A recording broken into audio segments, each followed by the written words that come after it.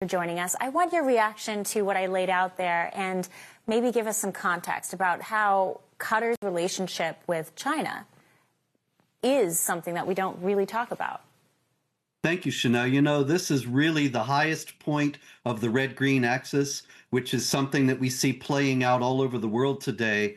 When you see, for example, on college campuses, all these indoctrinated bots, these young students out there agitating for Hamas, they have been indoctrinated by university professors at universities that are massively funded by Qatar.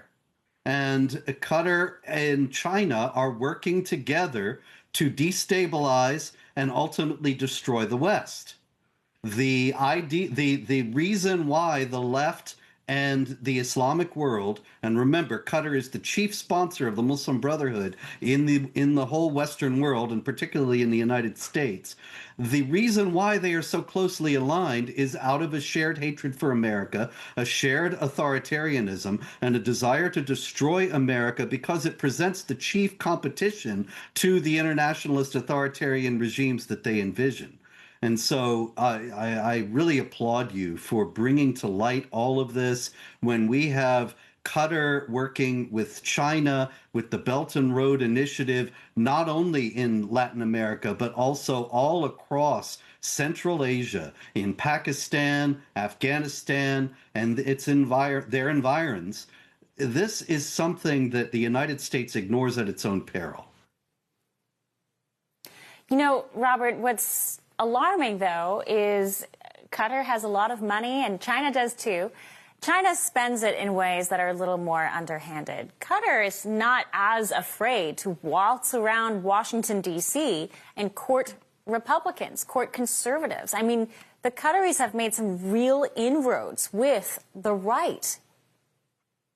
Oh, yeah, absolutely. Well, it cannot be underestimated that Qatar has spent millions of dollars targeting particularly Trump supporters. And so I thought this is great that you're calling out the Bannon Group and Candace and so on, because this is the fruit of this Qatari influence operation. These are the things that they have paid for, and they're getting their money's worth in splitting the right and making conservatives turn against what has been the positions that patriots have taken all these years.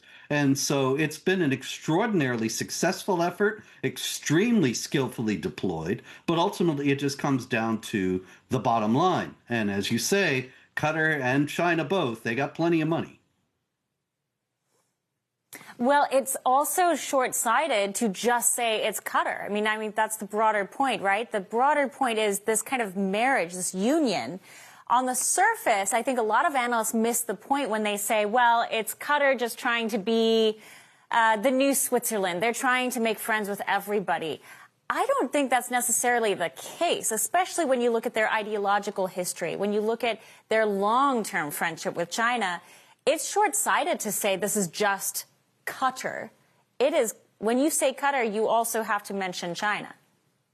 Oh, yeah, absolutely. And we have to bear in mind that this mediating role that they are assuming, both with Hamas in Israel and now in Venezuela and everywhere else that they can make it stick, this mediating role is really just a way to play both sides against each other and to try ultimately to gain an advantage for itself and its allies.